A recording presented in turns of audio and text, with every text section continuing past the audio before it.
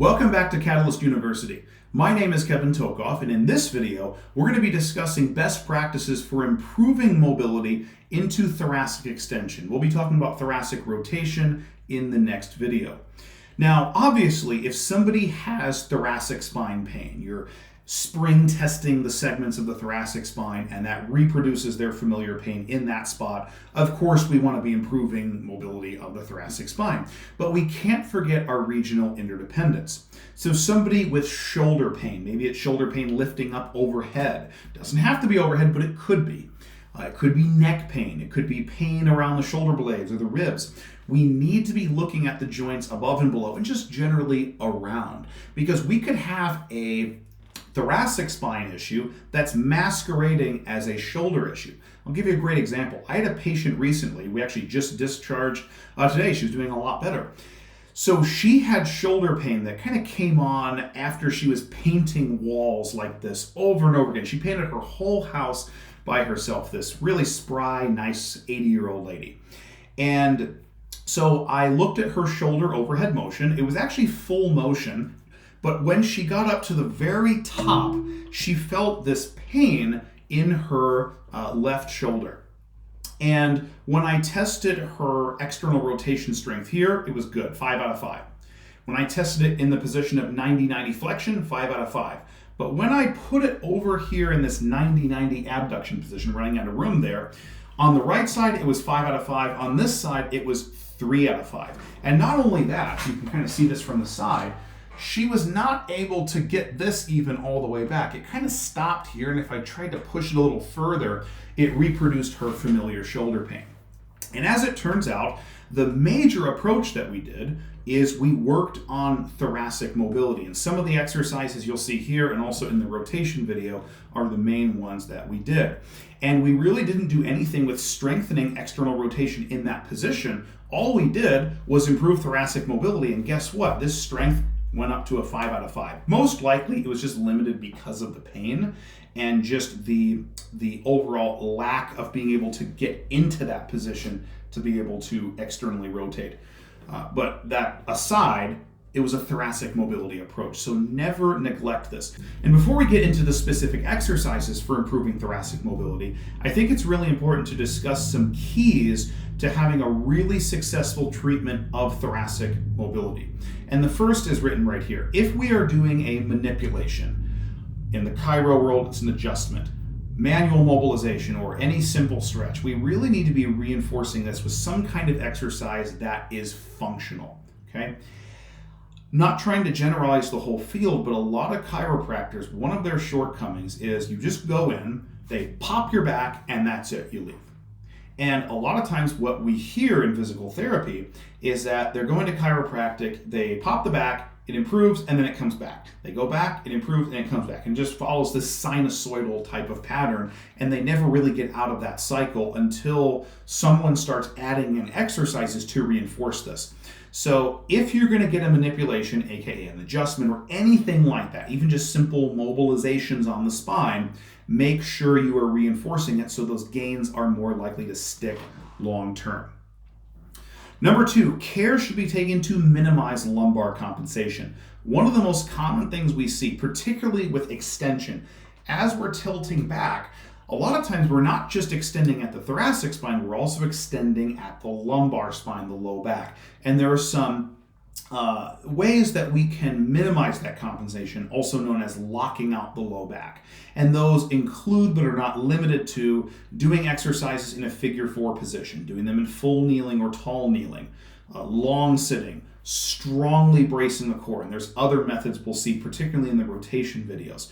But make sure we're minimizing lumbar spine compensation and we're maximizing the percent of that movement coming from the thoracic spine. And then number 3, make sure that we are also mobilizing the ribs with the T-spine in whatever direction we're mobilizing. So if we are just pushing on the T-spine and that's all we're doing, and we're neglecting the ribs, we may not actually be contributing meaningful changes to the person's problem, because rib motion is coupled with thoracic spine motion. And the best way to get the most out of that is to couple this with our breathing, okay? So when we are inhaling, That motion is where the ribs expand. Some of them, particularly up top, rise superiorly, and as you go down, they sort of expand laterally, but in general, they're coming up. That's an oversimplified explanation, but they're coming up. That tends to be coupled with thoracic extension, and also when we're lifting the arms up overhead, which is also coupled with extension. So arms up overhead, thoracic extension, that goes with inhalation. When we exhale, okay, I'm exaggerating that a little bit. That tends to be coupled more with the arms coming back down, okay? Or thoracic flexion, or at least coming out of that extension back to our starting position, okay? So if we incorporate breathing with these techniques, we are going to be massively more successful, particularly if there is a rib component with the thoracic spine issue, okay? So going over to these self-mobilizations first for the thoracic spine, we're going to cover two of these. The first one is going to be a supine foam roller self-mobilization, and the second one is going to be opposite press-up and pull-downs. Let's get into the first one right now. The first exercise that we're going to look at for improving thoracic extension mobility is one done in supine on the floor or on a big table using a foam roller like this. So let me show you how this exercise is done. We are going to lay down with this foam roller on the spot of the thoracic spine that we're trying to get more mobile into extension. Now, we're going to ultimately cross one of our legs over the other. Does not matter which one, and no, you do not need to repeat it on the other side in terms of the leg. And the whole point of this is to lock out the lumbar spine to minimize extension through the low back, so we more isolate the thoracic spine. We're going to take our fingers, we're going to interlock them behind our head. We're not pulling our head into flexion like that. We're just stabilizing the head here. Then we are going to pull the elbows in order to push the shoulder blades apart so we more expose the spine to the foam roller. And then we are going to tilt backwards as we inhale through the nose. So inhale. Also drive your elbows up like that. And then exhale through pursed lips as you come back. Inhale through the nose. Exhale as you come back. Now, if I don't cross the legs, watch what happens at my low back.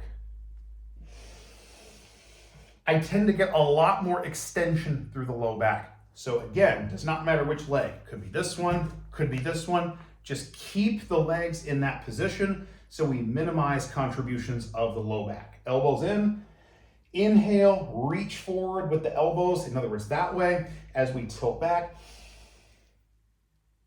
Exhale as we come back. And we can, of course, repeat this at different levels of the thoracic spine. Maybe I think, okay, now I need this a little bit lower, so maybe a little closer to the thoracolumbar junction, but still in the mid-back. Repeat the same thing. Inhale through the nose. Exhale.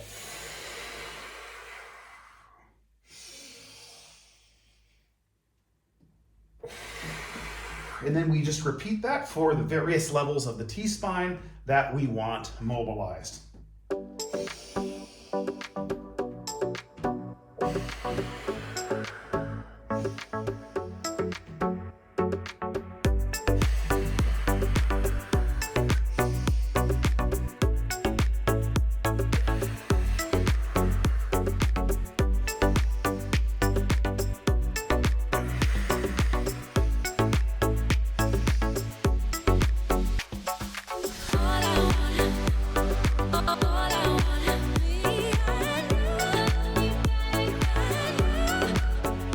Now that exercise we just did down there on the floor with the foam roller, that's a great thoracic extension mobility exercise. I've seen it work for a number of people, but there's always going to be some people it just doesn't work as well for.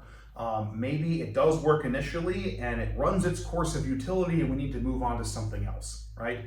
Or maybe it's not as much the thoracic spine as it is the ribs in that area of the thoracic spine that need to get moving a little bit better. And if we don't get the ribs going, it doesn't matter how much we make the spine move, we're not going to fix the person's overall problem. So what we're gonna do is we're gonna do an exercise where on one side we are pulling down against resistance, and on the other side we're pushing up against resistance. And the idea of doing this with resistance in either direction helps to move the ribs a little bit better, especially if we combine it with our breathing. So let me show you the basic movement right now. So you're gonna need either a cable machine, or if you're at home, a band like this, a pretty strong band. This is one of those thick resistance bands that we use for pull-up assistance. So something like that, and then a dumbbell. And what we're gonna do is we're gonna get in tall kneeling like this. You can go all the way down to full kneeling, but I actually prefer the tall kneeling variation of this myself. So I'm gonna have this, and then I'm gonna pick up this dumbbell, okay? Now, you don't need a huge amount of weight for the dumbbell itself, but what you're gonna do is, as I pull, in this case, my left arm down, at the same time, I'm going to press my right arm up, trying to keep my core as active as possible, so I'm limiting motion of the lumbar spine. So that is the movement that we're doing, okay? Now, how do we combine the breath with that? Well, I think we need to back up just a minute and use an actual real life example. So let's suppose that I'm somebody that's struggling with left shoulder pain in overhead positions, and we think it's due to thoracic spine / rib mobility issues. So it's my left shoulder. Let me ask you a question. Generally speaking, is it going to be easier to pull weight down, like a lat-based movement on the left shoulder, or is it going to be easier to take the weight and push it up? Well, I already know that I've got issues with pushing weight up. It's going to be easier to pull down. So the way I'm going to start doing this is, if it's my left shoulder, that's going to be the arm that holds onto the band to pull down. My other arm is going to be pushing the dumbbell up, okay?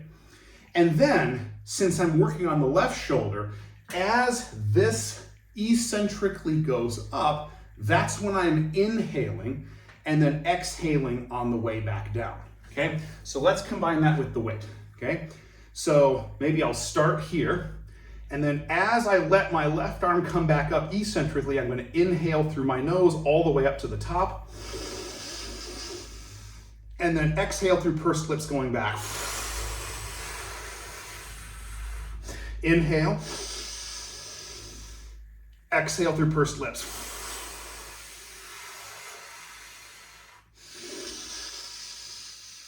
And I'm just going to repeat this.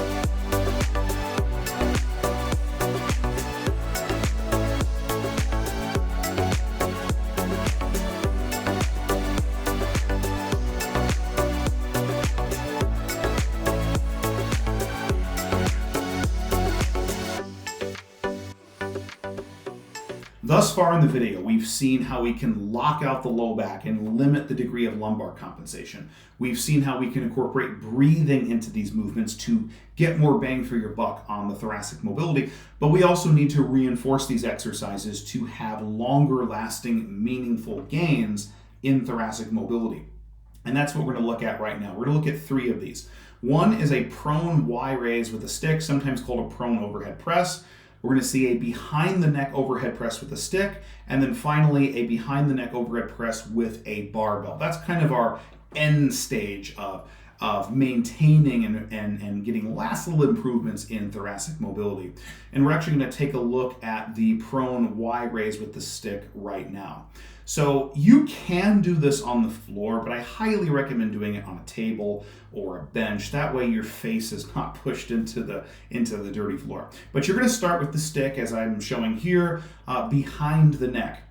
And you are going to press the stick straight forward as if you're doing an overhead press sitting or standing up. One of the keys with this is you don't want to let the stick fall downward as you're pressing it out. Okay, this takes a lot of rotator cuff strength. It takes a lot of lower trap strength, among other things, but it's really good at reinforcing that thoracic extension mobility.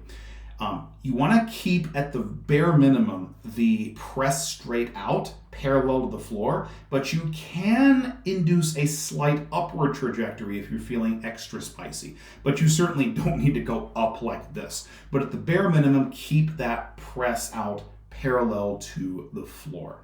Now we're going to be looking at a behind the neck overhead press with a stick, something like this, a slosh pipe, a PVC pipe, something like that. Not quite yet the weight of an entire barbell. That comes a little bit later once we've really mastered this and we are completely out of the pain management phase. We have much better mobility and now we're just trying to progressively overload. But first, with nothing more than a stick. Now, first of all, if you take this and put it behind your neck right here and you have a lot of shoulder pain, you are probably not quite ready for this exercise. What you could do is the same thing, but in front of the neck, and I will show you that right after we finish this exercise. But you also want something behind you like this squat rack or a door frame, because we're not just gonna be pressing this up in this manner, we're gonna be having this pressed backward into the rack, into the door frame to really engage those external rotators of the shoulder to create some stability now as we go up overhead. So right here, we are intentionally driving, not as hard as we can, but we are pushing the pipe into the rack here.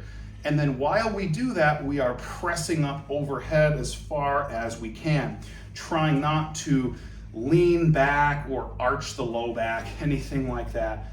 Drive that up into the rack and then come down. And then we are just going to repeat that, maybe 10 to 15 slow controlled reps as follows.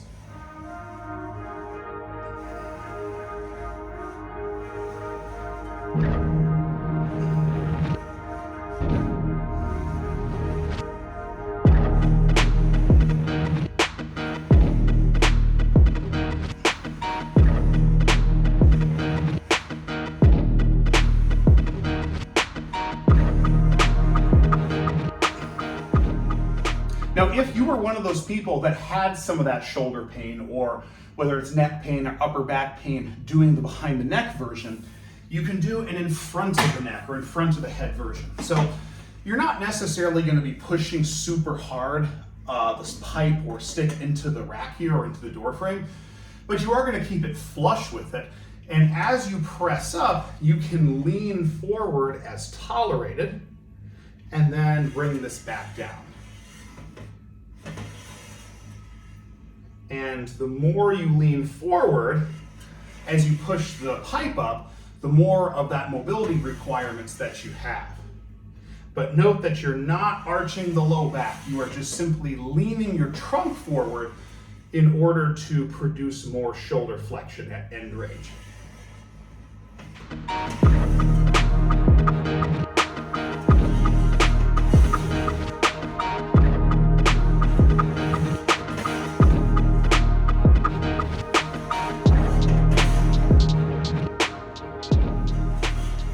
Now, I would say for the most part, before we start doing behind the neck overhead presses with a barbell, we want to make sure that we've got good mobility in all key areas and that we're adequately warmed up. So this is kind of, as I said, the end stages of really making last little improvements, and then maintaining this type of mobility. But again, despite what anyone says about behind the neck overhead presses, assuming you have pretty good mobility in all these areas, good rotator cuff provided stability, etc., this is actually an amazing movement and can help you keep a lot of these mobility gains long term. I certainly don't do this every day, but I try to do this little bits, maybe a couple times a week. Phenomenal exercise. For the most part, we would recommend doing this in sitting, again, to limit the degree of lumbar extension. But if you have really good control of that, I feel like I do here, you can certainly do it standing up. I would just say to make sure to start lower on weight. There's no issue with progressively overloading this over time. There's no issue with going heavy. You just want to make sure that not only can you control the weight up, but you can control it down. And in general, with a behind the neck overhead press, unlike a in front of the neck press, which as you go up, it moves a little bit back, the behind the neck press is a straight vertical bar path, okay? If it's going too far forward and you can't control it, you need to work more on mobility, stability, etc., okay? It really should be a totally vertical bar path. But if you're able to do it, absolutely phenomenal exercise. Definitely give it a try to further improve mobility and, again, tolerance of the shoulders to exercises in weird positions. Very good exercise. And hopefully this video gave you a really good overview of how to work on thoracic mobility, especially into the extension direction. In the next video, we're going to be talking about this from the perspective of thoracic rotation. So make sure to join me then. Please make sure to like this video, subscribe to my channel, and hit that notification button for notifications for all videos in the future. Thank you so much.